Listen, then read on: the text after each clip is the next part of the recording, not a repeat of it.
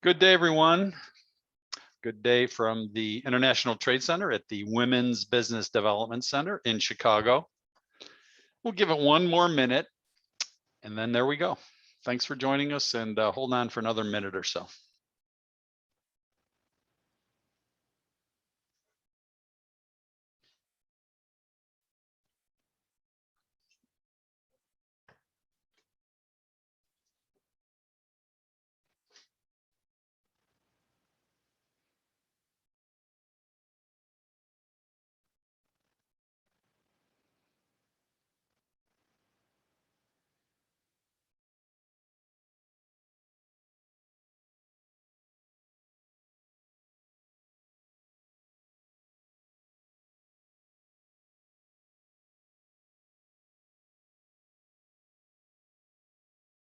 Okay, off we go. Again, welcome everybody. Thanks for joining us today.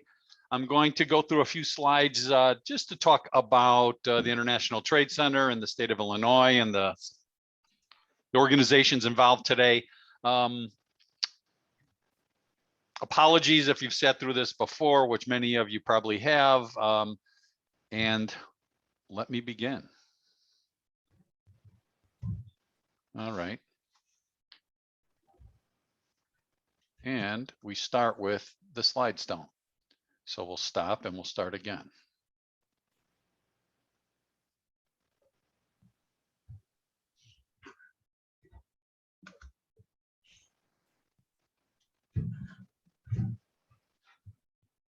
Hold on, technical difficulties.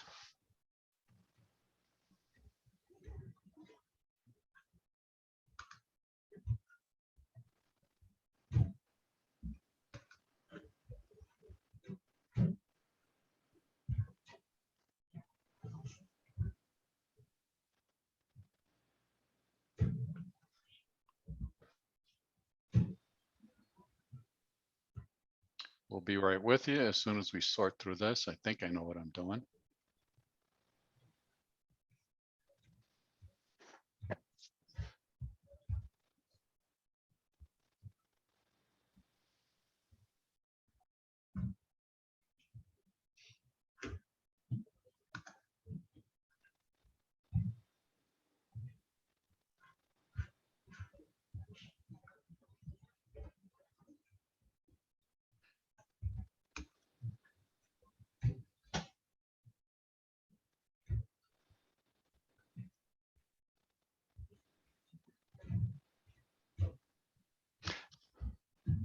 Amelia, can you see the screen?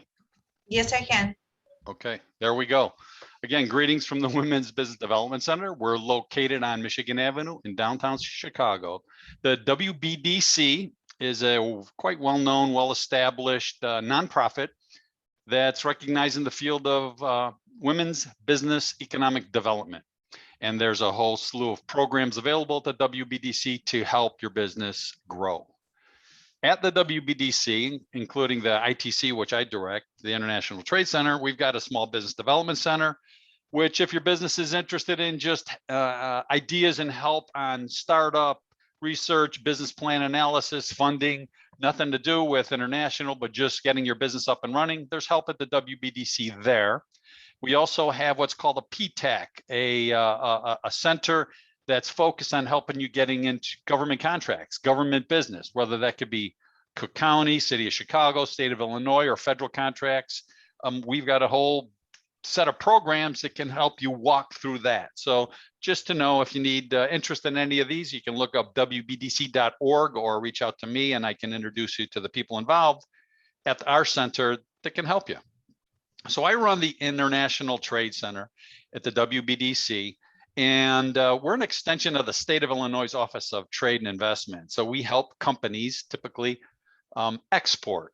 And I've got a clientele of clients that are both within the WBDC and members in that organization, as well as throughout the city of Chicago and in the Chicago area, outside the WBDC as well. So I work with companies from all over, and we talk about are you ready to export? A lot goes into helping them develop an export plan. A lot goes into strategy in terms of, okay, how should we structure the business to export? A lot of companies I work with are new to export, just getting started. And there's also others that are exporting already and say, okay, we export to 5 or 7 countries and we want to find 5 more to export to, and I'll help them work through that. So we stand by at the International Trade Center to help. And again, and there's a lot of topics we talk to people about. We talk about shipping, logistics, payments. We can do some market research for you to help identify segments and countries to go to. So we're there to assist. My background is 30 years of international business experience. I worked in the private sector at different American companies, and my job was build exports and typically build and manage the export business of these different companies. Took me all over the world, lived on all 4 different continents, and I've got a wide exposure to a lot of different businesses. I always was the international guy, and if I changed positions, say, every 10 years or so, to a different industry or into different markets. So it gave me a real broad background to work with. I've been based in Chicago, so I'm in the international trade community in Chicago for a long time. So it's those contacts have been good to know. And again, what I'm doing now, I've been running the International Trade Center for about 2 years, and I'm bringing that experience that I've had for those 30 years to advise about it now. So I'm glad to bring that and work with different clients. So I work with the state of Illinois, and the state of Illinois has a network of offices around the world. So as you can see there, they're in Mexico, Japan, China, etc. So I can help assist and get you involved with the state of Illinois and their export offices, to grow. So look at the International Trade Center in my office as a gateway to a larger network. So it can help to connect you with the state of Illinois resources, with the U.S. Small Administration resources about financial issues. I can connect you with the Department of Commerce or the Ex-Im Bank about a lot of different topics. So, and if these are, say, government or public resources, also we can connect you with freight forwarders or IP lawyers or bankers, that functional experts that can help you. So again, we're here as a resource. Everything's free.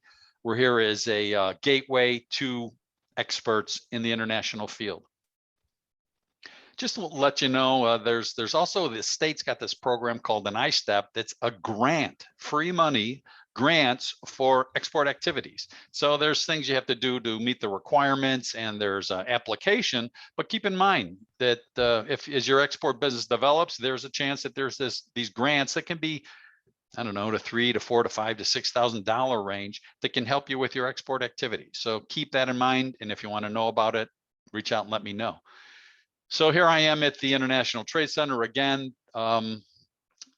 There's my email, there's my phone number. You can make a note if what we have today interests you, reach out and we'll connect. And we go from there. So today's webinar, we'll talk about doing business, cultural considerations of doing business in Europe, right? A very interesting topic. The main assumption today is that an understanding of foreign cultures or the impact of culture is a key element of being successful in international business. And this is how I looked at it, in my career. Was typically I was representing an American. I was working for an American manufacturer, and we had significant market share in the US. And we compete in international markets against the same set of 4 or 5 companies from both the US and Europe in markets. So I'd show up in Chile and I'd be competing against the same 2 or 3 companies. I'd show up in Indonesia and I'd be competing against the same 2 or 3 companies. And our company and our products would compete on quality, would compete on delivery, would compete on price. And I also saw that I thought we competed on, call it cultural fluency, that if I was a bit more tuned in to the local culture and how to navigate that local culture and understanding the people that I'm dealing with in that particular country, that I had an advantage over my competitors. And so I spent a lot of time studying this, and that's why I think it's really an important topic. So it's a very broad subject, cultural issues in international business. So what we'll talk about today's, give you a framework for comparing cultures. We'll make some comments about specific cultural aspects of these countries we'll talk about today, the UK, Germany, France, Scandinavia. And the purpose here is just to give you some tools to help to navigate the terrain of foreign culture, right? Again, there's a lot of open questions. It's broad, it's sort of vague, right? But it's real and it makes a real impact. And we're fortunate to have Amelia today of the language group incorporated to talk about this topic.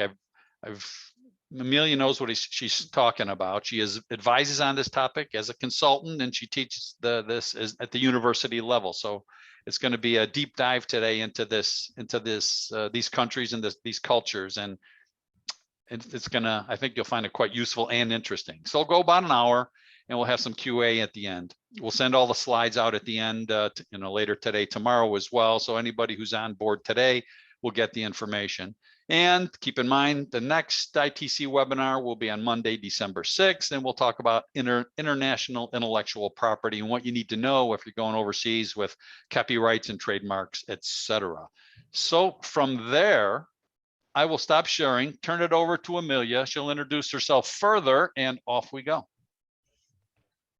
Great, thank you, Bill. Good afternoon, everyone. Just want to introduce myself really quick before I start to share the slides. My name is Emilia Linardakis. I'm the managing partner of Language Advisors Network Group.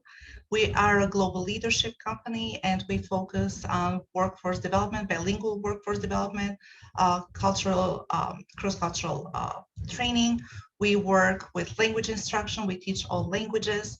And we do focus with companies, small, medium, and large size, on how to do business across the border. So in a few words, we kind of help the world communicate.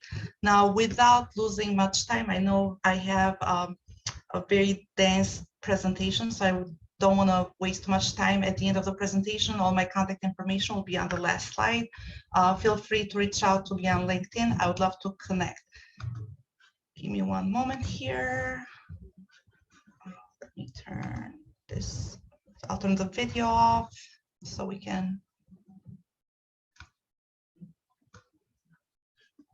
Okay, Bill, can you please confirm that you can see? I can see. Perfect.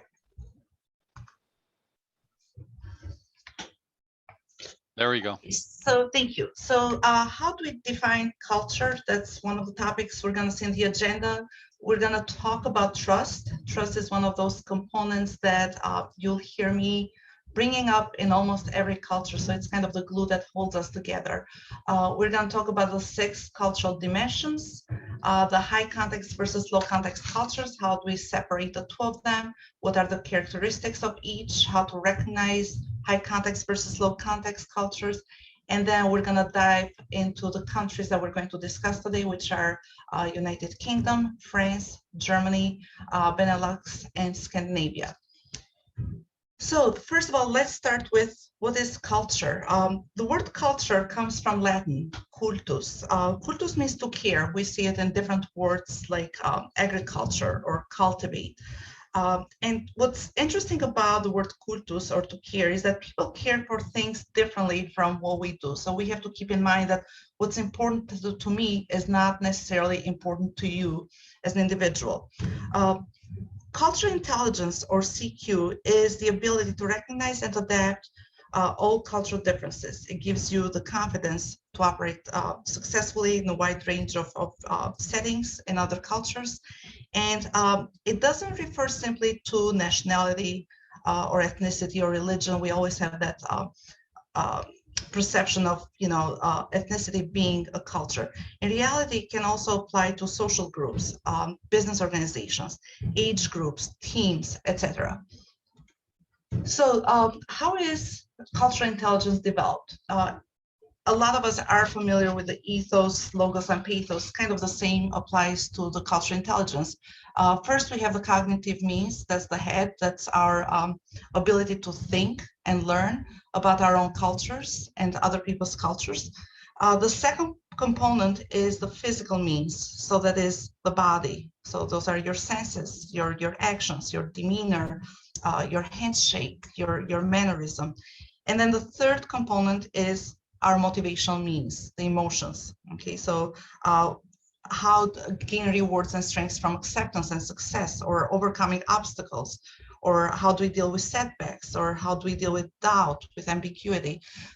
So the combination of all these three components create what we know as cultural intelligence, or CQ. So I want to talk a little bit, like I said, about trust. So the trust is the glue that holds the world together. When you trust people, you have confidence in them, their abilities, and their integrity. So the desire for trust is the constant across all cultures. So it increases creativity, productivity, morale. Building trust requires time, it's energy consuming, it requires effort, and it's not given. We've always heard the expression, trust is earned. So unfortunately, you have to put time and effort into building trust. And we see that in various cultures. How do different cultures deal with trust, or how do they build trust? So the decision to trust is influenced by an individual's norms, values, and life experiences. And trust is somehow linked to our drive for results and the way and character. So individuals who get results are considered more trustworthy than those who fall short. There's a great book out there. It's called The Speed of Trust by Stephen Covey. Not sure if any of you have read the book, but he talks about the trust dividend. So high trust organizations outperform low trust organizations by 286% on total dividend return to shareholders. What does that mean? So when trust is low, the speed tends to be low and the cost is high. And then when the trust is high, speed is high and cost is low. So we have seen an erosion in government trust. It started back in the 60s with the escalation of the Vietnam War. It continued in the 70s with the Watergate scandal, and we even see it today. So here's an example that I put together. Immediately following 9/11, our trust in flying in US went down dramatically. It takes longer and it costs more to travel. You need to arrive 2 hours earlier at the airport. You pay a 9/11 security tax with every ticket that you buy. In high-risk areas, you go through several screenings, bags are unpacked and searched multiple times by multiple people. So what does this mean? Going back to the trust dividend, because trust was low, speed went down and cost went up. Many of you have seen the cultural iceberg, or the analogy of the cultural iceberg. On the tip of the iceberg, we see the explicit culture.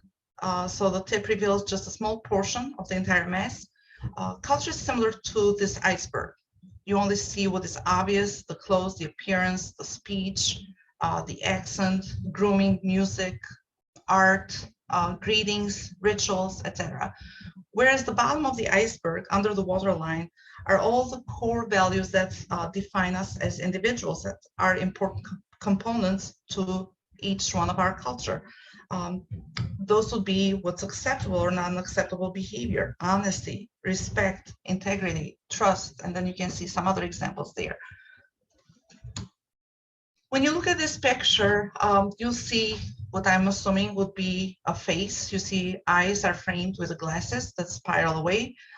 You see a profile of a nose leading down to the mouth. The expression of the profile looks thoughtful and serious. There's a black background that allows you to see the features clearly. Now, if you tilt your head a little bit, you'll be able to read the word liar. So what is that? That's an optical illusion. Okay, it's a perception, and the perception is a way of regarding and understanding and interpreting something. So that's why a lot of us interpreted this as a face. So perception is unique to every person. The way I look at something is different than the way you look at something. And perception leads into us as individuals, as humans, making assumptions. So it's normal to make assumptions. Assumptions are things that are true from our own perspective, based on our own perception. And unfortunately, perceptions and assumptions lead into prejudice and stereotyping. So I just want to make sure that I clear this presentation is not a presentation about stereotyping people from the cultures we're going to cover, but it covers more the business practices of some cultures. And it's more of a normative level than a stereotype. And it allows all of us to understand the underlying motivation and behaviors in these cultures. So back in the 70s, Professor Gert Hofstede, he conducted a study with IBM employees and how workplace was influenced by culture. And he was able to group them into 6 dimensions. And these are the 6 cultural dimensions. I'll go quickly through them. We're going to talk about these, so I just want to make sure that we define them correctly. The first one is power distance. Power distance is the degree to which a culture believes power should be distributed within the society. And how comfortable are you with power distribution? Power distribution can be defined in different areas such as age, wealth, gender, education level, and so on. Individualism and collectivism, a little bit straightforward. It's is the dimension and degree of balance between the self-responsibility and the responsibility of the group. So whether you are more focused onto your own outcomes rather than group outcomes. Masculinity versus femininity, not to confuse them with gender. They're just characteristics. So masculinity is how culture views masculine behavior would be based on assertiveness, ambition, direct, competitiveness, and so on. Whereas femininity is more nurturing, it's more caring, more cooperative, more modest, and so on. Uncertainty avoidance is how societies feel threatened about uncertainty, ambiguity, structure. We're going to talk a lot about uncertainty avoidance in the cultures that we're covering. Short-term versus long-term orientation. It's also known as the time orientation. And in this dimension, we look at the life and work. So how much time do we take to build relationships, or do we put more emphasis on the outcome? And then the last one is indulgence versus restraint. There's a difference between enjoying life, enjoying fine cuisine, having active lifestyle, or having pleasurable experiences, whereas restraint is having more self-control, being self-disciplined, living in moderation, and so on. So this spectrum this chart shows 2 spectrums of the cultures. So we define them as the low context cultures, and countries that fall into on the left side of the screen under low context cultures would be Germany, Scandinavia, United States, United Kingdom, whereas high context culture will be countries that such as China, West Africa, Arabian Peninsula, Greece, Mexico, and so on. And this chart, just to give me 1 second here, let me just move this from the screen here. Low context cultures are on the middle column. US, UK, Canada, Germany, Denmark, Norway are some examples. High context, Japan, China, Egypt, Saudi Arabia, France, Italy, Spain. So business outlook and low context cultures are competitive versus cooperative. Work ethic is task-oriented versus relationship-oriented. Work style, individualistic versus team-oriented. Employee desires, individual achievement versus team achievement. Relationships, we have many, they're looser, they're short-term, whereas in the high context cultures, they're fewer, tighter, long-term. The decision process, logical, linear, rule-oriented versus intuitive, relational. Communication, verbal over nonverbal versus nonverbal over verbal. Planning horizons, more explicit, written and formal versus more implicit, oral and informal. A sense of time, present and future-oriented versus deep respect for the past. A view of change over tradition versus tradition over change, and so on. If we move into, give me 1 second here, into this chart, this is called preparing to face your counterpart. So let's take a look at Sweden. This is a map that how confrontational and emotionally expressive are people from these cultures. So on the high end here, you have emotionally expressive versus unemotionally expressive. Left, you have confrontational versus avoids confrontation. Just to give you an example, we're talking about Sweden today. Swedish negotiators, they usually stay calm. They never enter into an open debate. They show little passion during the discussion. So they are into the emotionally unexpressive and avoid confrontation quadrant. Now, if we take another country that is highly emotional and highly confrontational, you can take a look at Russia, and where Russia or countries like Italy, Russia, France, Israel fall into that quadrant. So just a quick timeline of the EU and the members of the European Union. EU conception of the idea started at the end of World War II in 1945, and in 1951, with the Treaty of Paris, the idea started with the creation of the European Coal and Steel Community, and the idea was to strengthen the military power in Europe after World War II. Moving in 1957, there was the Treaty of Rome, and the goal for the Treaty of Rome was to strengthen the the economic community. Fast forward 1992, we see the creation of the euro as the future currency of the European Union. In 1995, we have the full creation of the EU, and by 2019, we had 27 countries since UK dropped or left with Brexit. We have now 27 countries in European Union. This map shows, it's a European Chamber research map. It shows the best European countries for business in 2020. And as you can tell, Denmark, Sweden, Norway, Finland, and Switzerland are in the top 5. It goes on with United Kingdom, Germany, Netherlands, Iceland, and Austria in the top 10.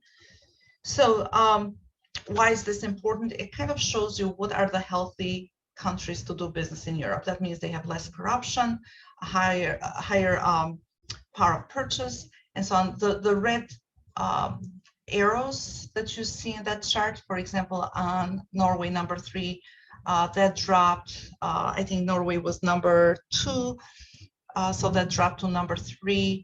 And the top 2 were Denmark and Norway, and then Finland. So 2020, we have Denmark, Sweden, and Norway as the top 3 countries. So without losing too much time, we can start to focus on the countries that we're doing the presentation on today.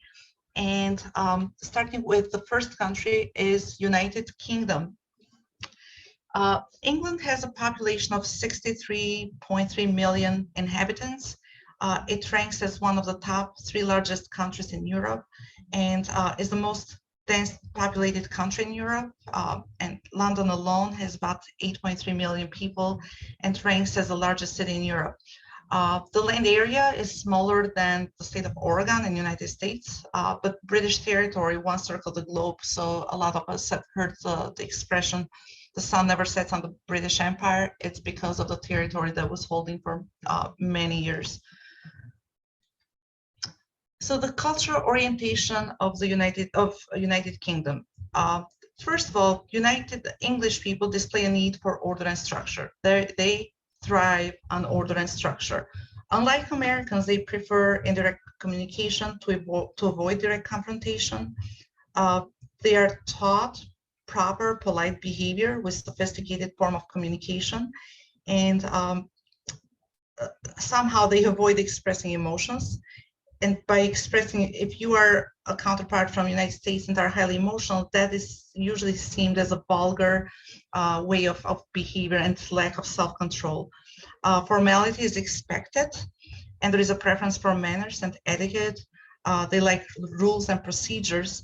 And a fun fact is that one of the highest compliments a boss can receive is to be described as fair and consistent. So keep those 2 words in mind. Fair and consistent are keywords in doing business in England.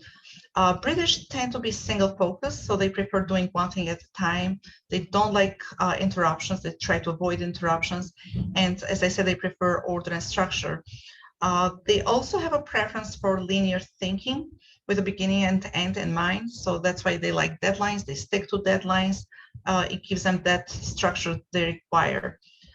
They're very analytical, and they perform logical analysis of cause and effect. They like consensus building, inclusion and fairness.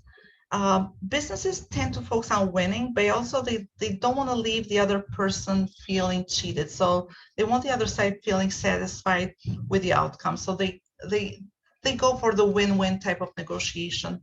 And they do like to display a private orientation. That means they value physical and psychological distance.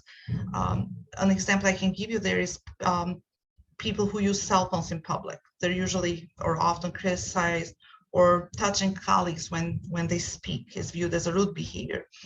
So introductions, when you are introduced or introduce yourself, a handshake with eye contact is usually appropriate.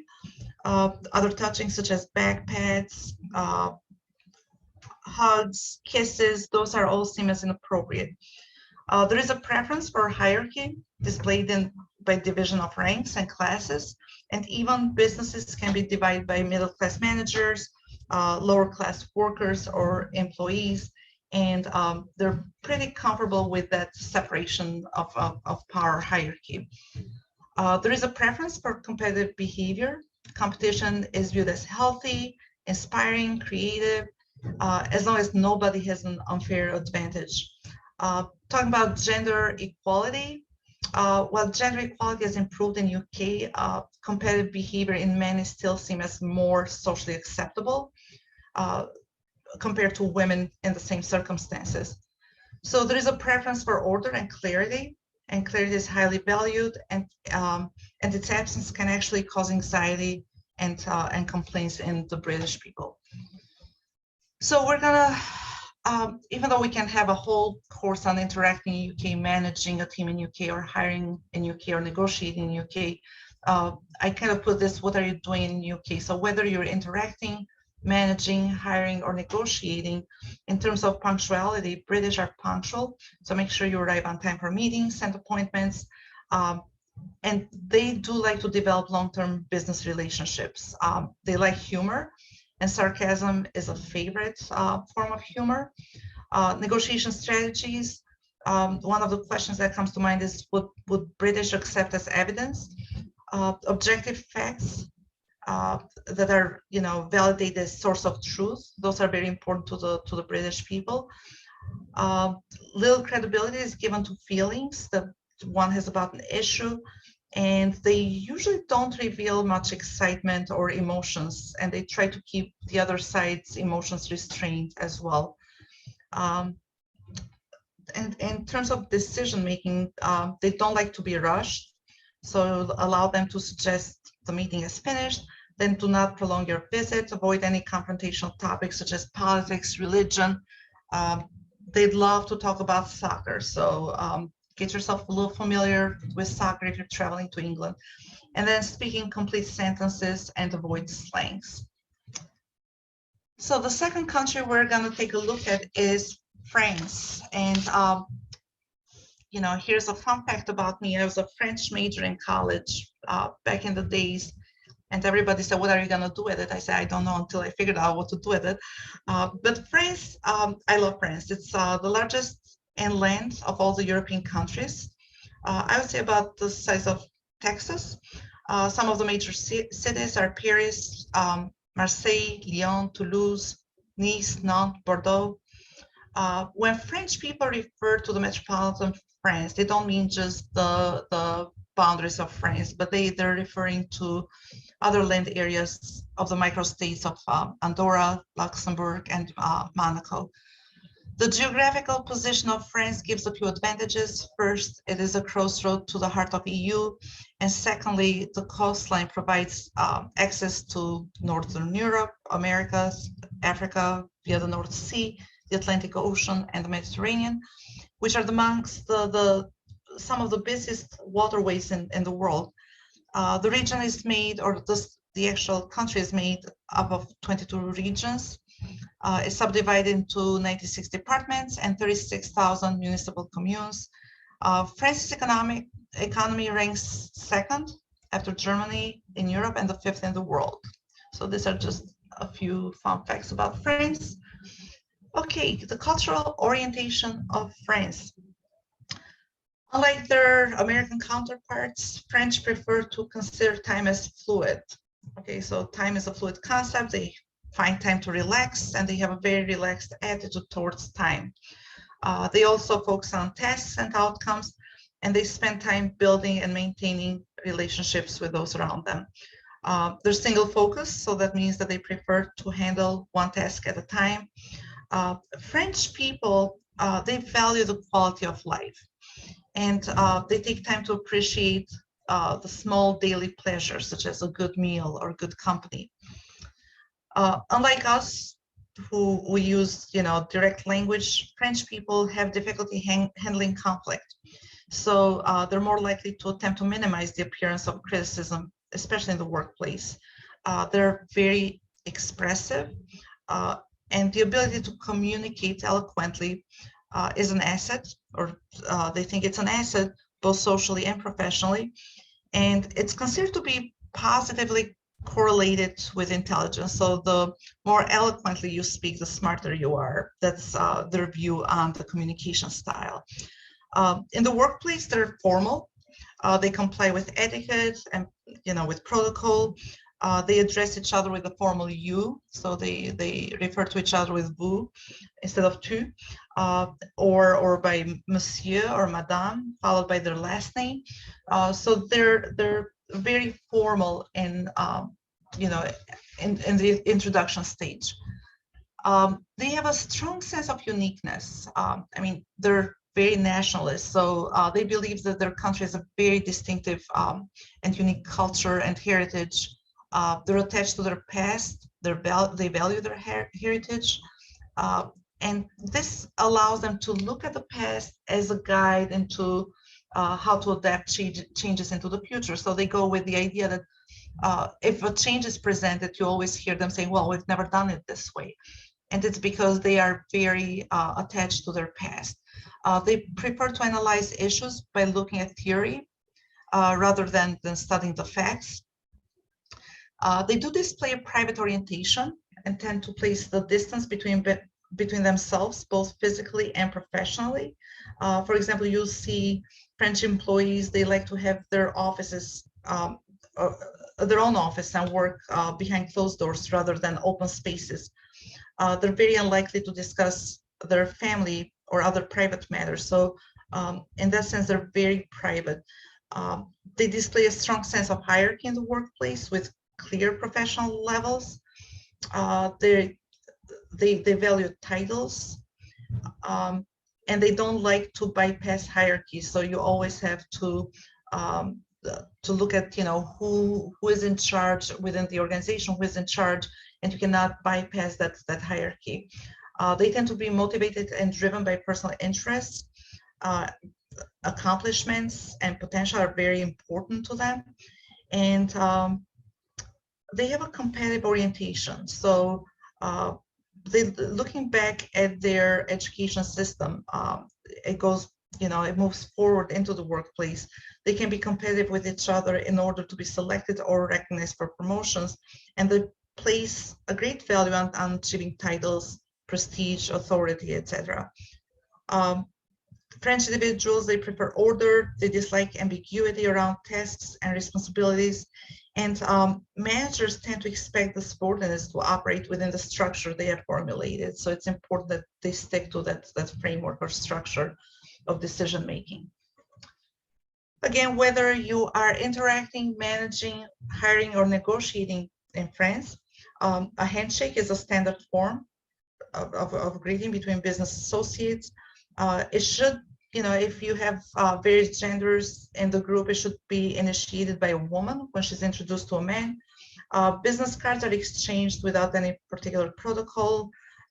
Most of the French people, they have some kind of English, they speak some English, and business cards are usually not necessarily translated in French, but if you are a frequent visitor or if you do business in France, it doesn't hurt to have your business cards translated in French as well as in English. Kissing on the cheeks is also a common greeting in France, but it's typically practiced mostly by women. And then men can also exchange kisses, but that's usually reserved for family members or very close friends. So fun fact, number of kisses varies between region, but one kiss per cheek is standard in France. So despite the highly publicized 35 hours work week in France, employees still spend significant time staying at work. What does that mean? So they like to be present in the office, and presence in the office is associated with strong commitment and dedication to each individual's work. So unfortunately, this leads to FaceTime work and lack of efficiency during the working hours. That means that, hey, if I am visible, that means that I'm working hard, but does not necessarily mean that I'm efficient in my time. Okay, moving from France to Germany. Germany is in land area. Germany ranks number 4 in Europe after France, Spain, and Sweden. Germany has 80 million inhabitants that live in an area equivalent to the state of Montana in US. Because of the size and location in relation to the rest of Europe, almost half of Europe's population lives within 500 kilometers, which is about 300 miles of Germany. Major cities, Berlin, Düsseldorf, Hamburg, Frankfurt, Munich, Cologne, Stuttgart, those are all great, highly industrialized cities in Germany. The cultural orientation of German people.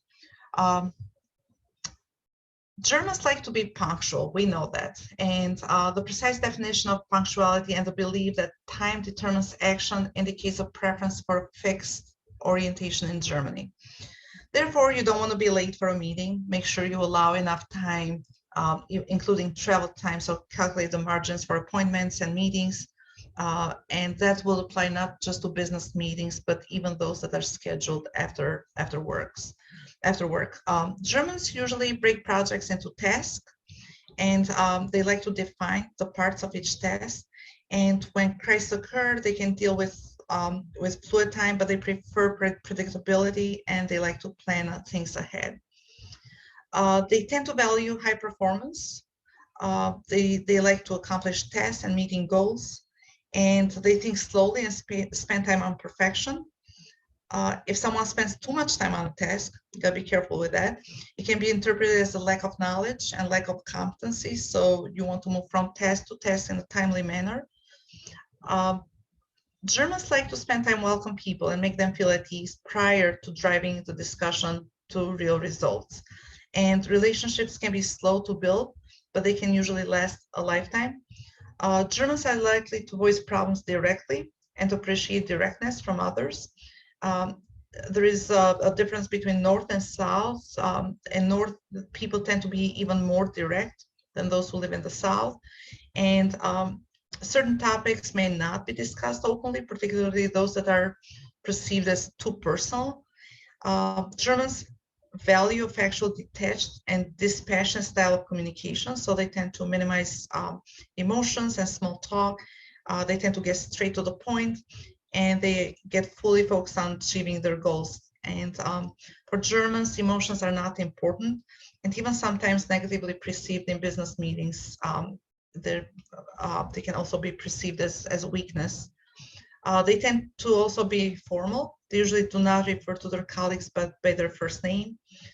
So if you're doing business in Germany, you should refer to your counterparts by the formal form of you. They prefer to focus on one thing at a time and break down work into small tasks.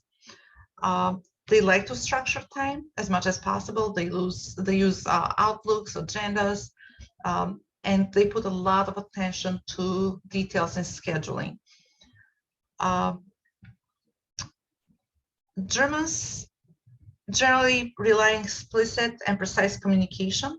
So that means that they say what they mean and they mean what they say.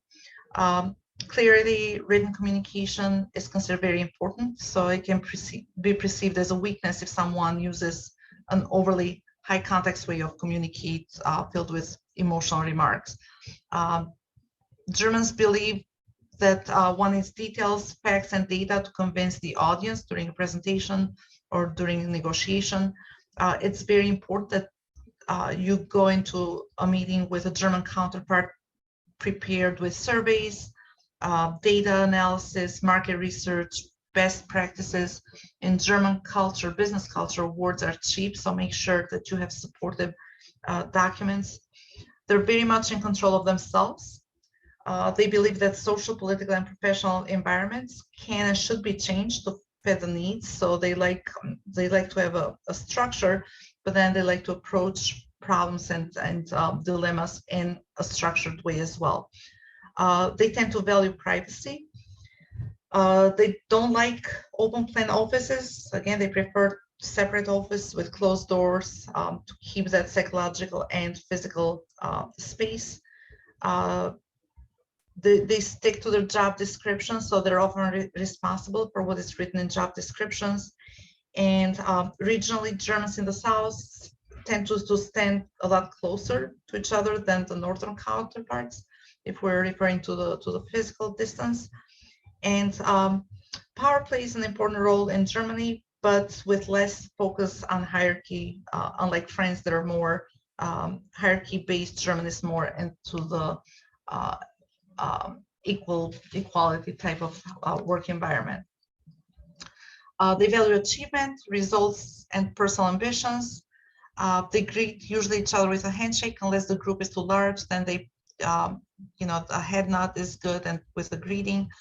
Business cards are given after the first introduction. So whether you're interacting, managing, hiring, or negotiating in Germany, tasks should be clearly structured and defined and broken into parts to reduce complexity. Once the decision has been made in terms of decision making on the execution of the task, there is little room to make modifications. They like to stick to structure. In terms of hiring, one interview usually is sufficient to get a job. And once hired, employees are on probation period of 3 to 6 months, during which either party can terminate the contract, whether it's the employee or the employer for any reason. Germans are equally oriented, so managers and those high up in the organizations are easily approachable, and they have the typical source of authority in Germany are knowledge and trust, and that's how they define that level of hierarchy more than the titles. During the negotiation process, conflicts are handled openly and directly. So very often Germans put the argument and facts on the table without the emotions. They do respect clarity. They do respect expertise, logic, and balanced decision making. And I hope I'm not going too fast on this, but the next region is Benelux. So the Benelux Union consists of Belgium, Netherlands, and Luxembourg, and it's a political economic union. It's referred to the geographic and cultural grouping of these three countries. The union was created in 1944, but did not become operative until 1948. And the three countries have signed a treaty agreement that aligns their laws and policies to the general requirement of the EU in terms of decision-making, agreements, recommendations, and directives. Statistically, the Benelux inhabitants, they reflect the average population of the European Union. That's why often the region is used as a test market. So they're not hard sells, nor are they wealthiest, but they simply mirror the average EU member in age, income level, education, and so on.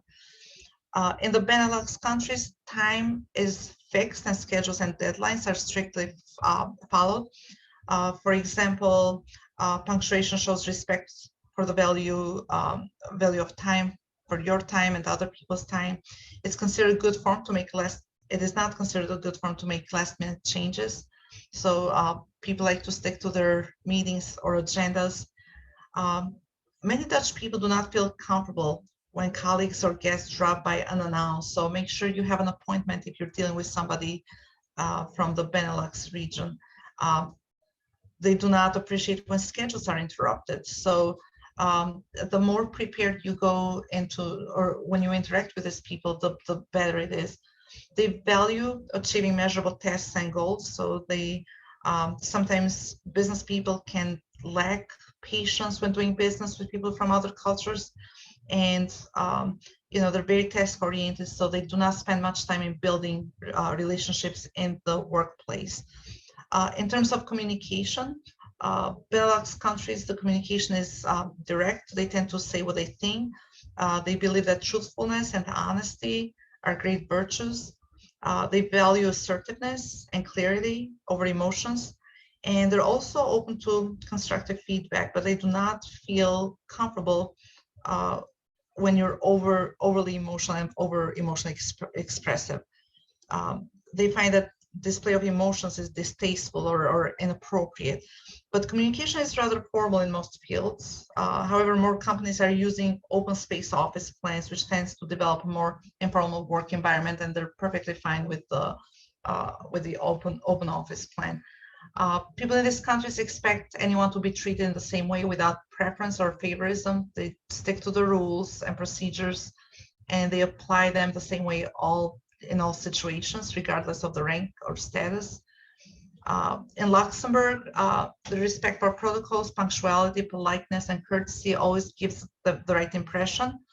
So there is a separation between work and personal life in Benelux, in Luxembourg. If we look at the Dutch, they like to display a single focus in terms of orientation. They like planning, and they like processes and sequence, to follow sequence. They view lack of focus in multitasking as a state of confusion and disorder. So, if you're multitasking, it's not always seen as as a good business practice. It is not acceptable to interrupt someone who's speaking. The polite way is, of course, to wait until the person finishes the conversation and then you speak. Shifting into the new era, the younger generation is becoming a lot more multi-focused, and they tend to be more flexible in their personal and professional life. So they're inductive thinkers with a preference. They like examples, they like experiences, experimentations, and unlike Americans, they traditionally seek to build consensus and coming to a common conclusion. They consider privacy an important part of their lives, and they show respect for other people's personal space. Let's see. Education and healthcare. The Dutch, talking about the Dutch, they practice an egalitarian culture. So there is an equal access in education, healthcare, and housing. The employees tend to relate to the boss as an equal. They usually address people on the first name basis. And they also believe that social issues like illness, birth, death, work-related accidents, unemployment, all this will be taken care by the government, giving the individuals the ability to improve their standards of living without having to worry about the cost of the services or of the social services. So a few practices, if you're doing business, whatever you're doing in any of the Benelux countries, people from Benelux, they prefer cooperative interaction reinforced with teams where members are expected to help and support each other. Unlike Americans, they value stability and predictability. They prefer to avoid taking risk, and they like fluidity, they like structure.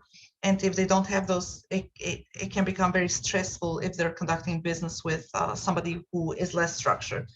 When meeting a person for the first time, a handshake is usually appropriate. They are strongly individualistic, and they prefer to work alone as opposed to teams. One of the common and polite phrases when greeting someone from the region would be "pleased to meet you." Some of the appropriate conversations and topics can include books, music, art, sports. Stay away from politics. And Benelux people, they are relationship oriented and place considerable emphasis on building long-term relationships. And moving to the last region, Scandinavia. Scandinavia, also known as Scandinavian Peninsula, is a sub-region in Northern Europe with strong historical, cultural, and linguistic ties. I was lucky to do North Pole cruise a few years ago with my father, and I loved the Scandinavian countries. The region refers to three countries: Denmark, Norway, and Sweden, but Finland also follows similar practices. The geography of Scandinavia is very versatile. You have the Norwegian fjords, the Scandinavian mountains, and like I said, it extends all the way to the Arctic Circle. Just like the Benelux, these countries share the same geopolitical and economical alignment and structure of governance. The economies of these countries are the strongest in Europe. There is a generous welfare system in Sweden, Denmark, Finland, and Norway. So let's take a look at the cultural orientation of these countries. Scandinavians display a fixed orientation in both social and work setting. They are punctual at meetings, they are reliable, they keep deadlines in the workplace, and sticking to deadlines is seen as an important element of professionalism. And it's also associated with trustworthiness. Again, the word trust comes there. They appreciate having a harmonious work environment with their colleagues. They focus on getting the job done, and they pride themselves on being honest and relating to others in a simple and frank way. Communication, they're instrumental communicators. That means that they don't show much emotions when they speak. They're not very enthusiastic in conversation, and sometimes conversations tend to seem dry with short phrases and responses. They do not like to attract attention to themselves, and they prefer to blend within the group. They respect the law, and they feel that the law is strictly a special, nobody gets special treatment because of who they are or who they know. So favoritism or nepotism are widely frowned upon. Even when doing favors for a friend can be seen as a form of corruption. They're single focused, and they prefer to take one task at a time rather than approach multiple tasks. While Scandinavians are proud of their past and the accomplishments that they have achieved as a nation, they still keep an eye on the future, especially in business. And over the course of negotiations, Scandinavians are likely to request a lot of technical details about the product. They tend to ask detailed questions in order to understand how the individual components work, how do these components fit into the whole business idea, and so on. Trade unions are very common, and they're viewed as partners of management in Scandinavian countries, and they're key players in discussions of labor issues. Privacy, they prefer to maintain market boundaries between themselves and the others. For example, during conversations, it's advisable to avoid touching your counterpart, and it can cause the other side discomfort if you get, physically too close. Hierarchy, the principle of equality, is one of the foundations of Scandinavian societies, and individualism, in line with their individualistic orientation. Most Scandinavians, they do believe that they should take care of themselves, so they're highly individualistic. They are very independent, and that's why they're often described as loners. So, however, they're very competitive. They have they're very cooperative. They have a cooperative orientation towards one another. Competition is not promoted, and little importance is placed on status or rank in Scandinavian countries. Scandinavian business people approach negotiations as a cooperative process, and the objective is to reach a win-win solution.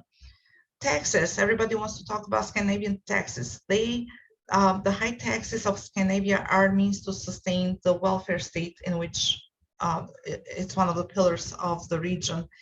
And